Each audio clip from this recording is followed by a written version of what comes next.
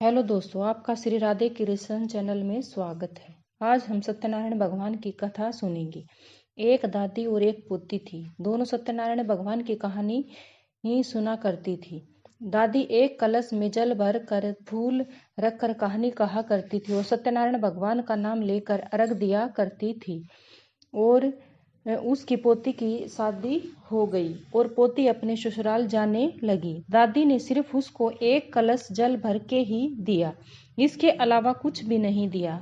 कहा, कहानी सुनने का चाव कभी मत छोड़ना। पोती ससुराल के लिए चल पड़ी।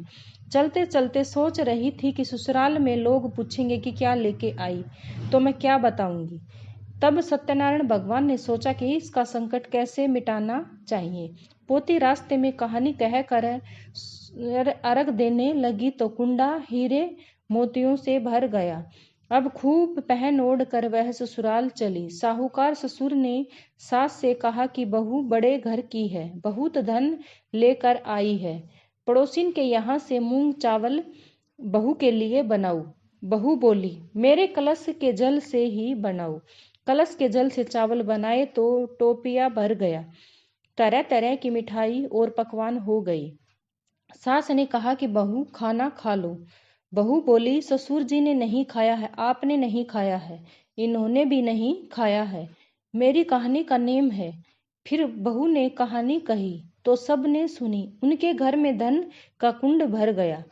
वह सासू को साथ लेकर सत्यनारायण भगवान का प्रसाद सब पड़ोस में बांट रही थी। पड़ोसिन बोली, अभी तो मूंग चावल उधार लेके गई थी, इतनी देर में इतना धन कहाँ से ले आई।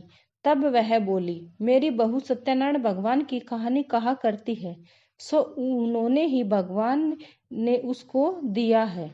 सत्यनारायण भगवान जैसी साहूकार की बहू को दिया वैसा सबको दे। जय हो सत्यनारायण भगवान की जय।